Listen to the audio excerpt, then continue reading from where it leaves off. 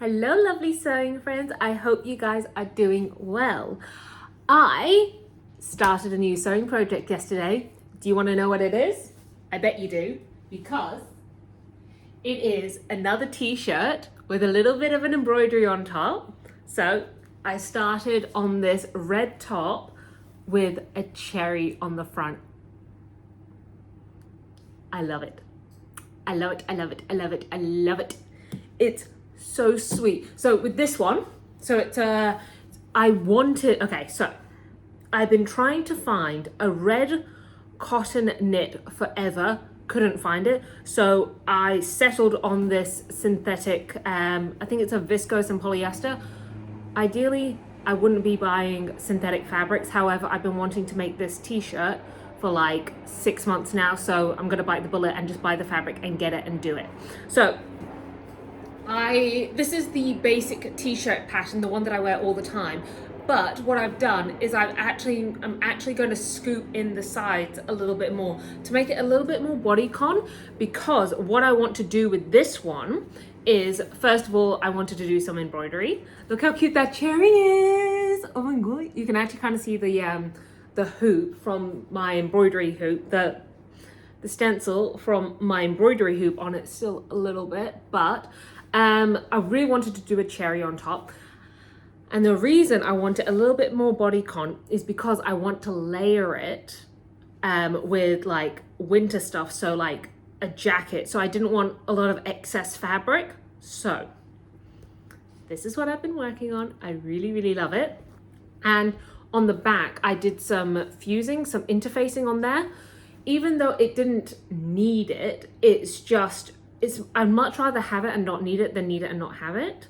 So that will keep the design nice and tight, and kind of the stitches won't pull as much. And speaking of, that is actually one of a few designs that I'm going to release in one of my new ebooks. So I'm always doing stuff. I'm always coming up with more things. So one of the new ebooks is going to be clothes you actually want to wear for beginners. So it's going to be a ebook with 5 sewing patterns that each of them have a new update. So for example, this is the basic t-shirt, but it's going to come with 5 of these embroidery designs. So we've got the classic cowboy hat, we've got the cherries, which is on this red one, we've got a little clam. I thought that would look really beautiful on like a duck egg blue top. And then we've got a little sunshine, and then we've got a moon and a duck. So these are all designs that will be in the new update.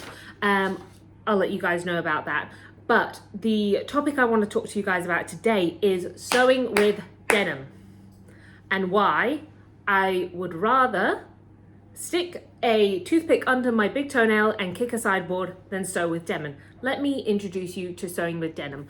I found this gorgeous denim when I was working at a fabric shop, and it was so beautiful. It was this. It's kind of like that really light denim color. And I was just like, this is gorgeous. And all of the staff bought up like meters of it before it even hit the shop floor. Like, we saw it and we were like, wow, that is a gorgeous denim. So never saw the light of day. But when I got it home, I was like, I have no idea what I want to make. I didn't have an idea in mind, but I ended up making like this jumpsuit, like a wide strap jumpsuit V, really big, zip down the front, and then kind of like flared out from the waist. Gorgeous. But oh my God, ever since then, I've not attempted to sew with denim at all. If you are a beginner, do not sew with denim. It is so difficult. I personally find it really difficult to work with denim because of the thickness that comes with it. Anything that's really thick is really difficult to work with. And as soon as you start kind of wavering, okay, so there's like really lightweight fabrics, medium weight, heavyweight. As soon as you're in these 2 categories, you have to change stuff on your machine, your needle, your thread, the way you cut the fabric. You gotta change a bunch of stuff. If you're a beginner, stay in the middle. Stay in your lane, stay in the middle. So I made up this jumpsuit and I loved it, but my God, it was such a pain to sew because of all the overlapping seams. It created so much bulk and it didn't sit as nicely as I wanted it to, and it just wasn't what I had in mind.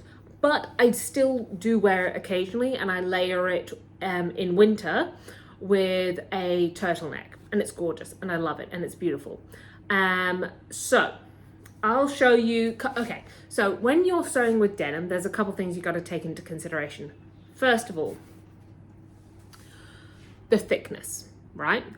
The thickness of denim is different, right? You may not, as you feel it and compare it to like other samples of fabric, for example, this is a cotton, right? Really nice and thin, it's all good, you know? This is a denim and it feels the same, right? These feel the same. This is a little bit thicker, but you go, oh, there's like 1 mil difference, like all good. But as soon as you start layering, right, on seams and like everything like that, that 1 mil becomes 4 mils, becomes 8 mils. So the thickness of your fabric has a massive impact on the way that the seams will join, but also on how it will feel on you. For example, like if you've got a lot of seams at your waist, you're going to struggle to put a zip in because you've got so many overlapping seams and bulk. And that's another thing you're going to have to take into consideration, trimming the bulk from your seams.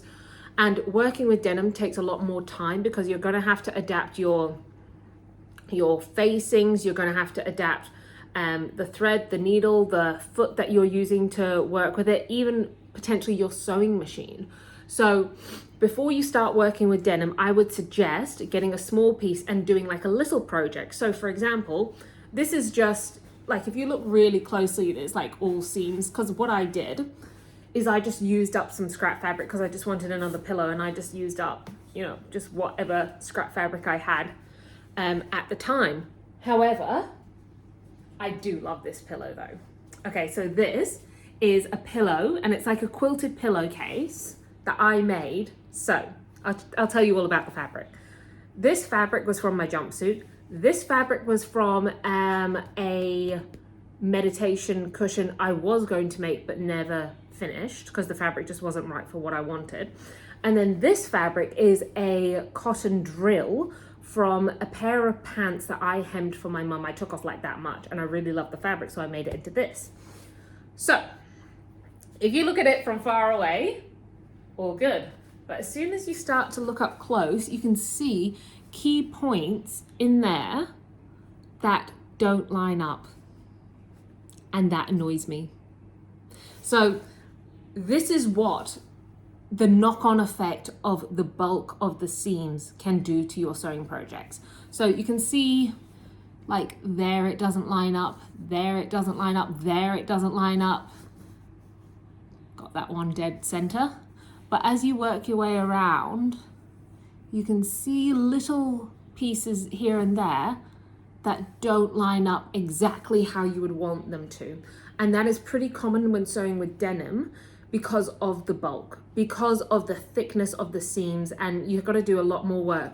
I've seen people actually like lay their fabric and their seams all flat, and instead of ironing, well, first of all, they would do an iron, and then they would actually get a hammer and like break down the fibers by like hitting the bulk of the seam to break down the fibers in that seam so that it could then be sewn more easily, which I thought was very smart.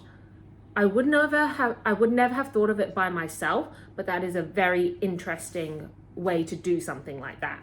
So I personally would start off with like something really basic, straight seams, no overlap if you can avoid it.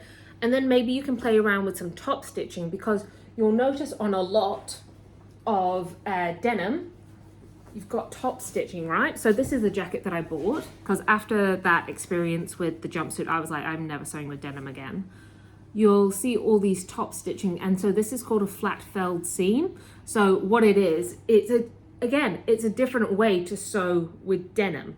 And you'll also notice on denim there's a lot of like hardware that you may have to like learn how to do when you're sewing with denim. But as I was saying, top stitching, flat felled seams. Flat felled seams are when you get the two pieces of fabric and you lay them on top of one another like that, and then you kind of fold the pieces into itself. It's very hard to explain without like showing you. I think I should do a tutorial on that. That would be a good idea. But it's a completely different way of sewing. And you'll also notice there's a lot of like double edge, like 2 rows of edge stitching. So some machines, they'll like a twin needle, but especially if you're like pivoting around a corner like this, you know, the bottom stitch line has to go further than the top stitch line. So either you're going to have to do them in a single needle twice, or you're going to have a machine that will allow one needle to walk on while the other stays like, you know, kind of thing. Denim is difficult. And also in denim you'll find, well, not especially denim, but you know, here you'll find buttonholes, and with a buttonhole they're normally reinforced, but with a denim not necessarily has to be reinforced because of the thickness of the fabric. But when it comes to the thread that you're going to be using for denim, it is different than your regular thread, because you need to use a heavy duty denim thread or a jeans thread. Speaking of jeans needle or a denim needle is something else you'll have to take into consideration when working with denim, because again, the thickness. You may also have to play around with your bobbin tension. You may also have to play around with the foot that you're using and the stitch length. See, this is what I mean when I say it's not as simple as you think, right? So that is kind of like my spiel on denim. I do like working with denim, but in small quantities. I find that it's quite, from everything I've said, it's quite difficult because you have to change so much. And I actually broke a sewing machine by trying to work with denim because I was playing around with it so much. And I didn't know that the top, like, see, this is something I did not know until like a couple of months later after finishing my sewing project, because I was going on about how difficult it was to sew with denim. And turns out I was changing the thread on my sewing machine. So I was working with a top stitching thread. I'm sure I have one around here somewhere, but I can't see it straight away. I was working with a top stitching thread, a top stitching thread as like to join seams, right? And I thought I had to have that top stitching thread as the top bobbin, as well as the top thread, as well as the bobbin thread.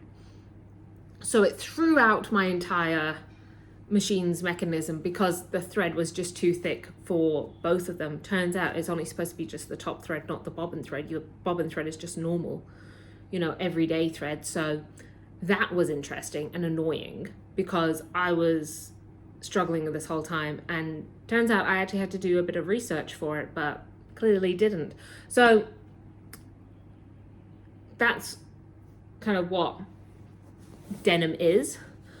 I also think like you can really personalize denim projects in really beautiful ways like this, or by doing some embroidery designs on them, or doing some needlework, or just something different. And like with denim, it's really interesting because you can fray the edges. Denim is so beautiful when it's distressed or when it's, it changes color. For example, I have this denim jacket with me, and it's so cool because, that's the side of the collar that is on the outside. But if you just flip it up, You see the discoloration? Like, that is really beautiful with denim. And I also love how denim kind of takes on a personality of its own when it's worn. You know, you get areas where it's more distressed than others, and the amount of water it takes to grow the cotton, dye the cotton, and produce a pair of jeans essentially is 7 years worth of human drinking water. So a pair of jeans that I have in my wardrobe are there for 7+ years. So I take my denim very seriously. And speaking of, I do not make jeans or jackets or any garments with denim anymore, purely because of what I went through with that jumpsuit. It's a very, very informative jumpsuit. However, like, I've been looking for a denim dress and for this winter in Melbourne, and it's got me thinking, like, should I try and make myself a denim dress? I'll keep you tuned. See ya.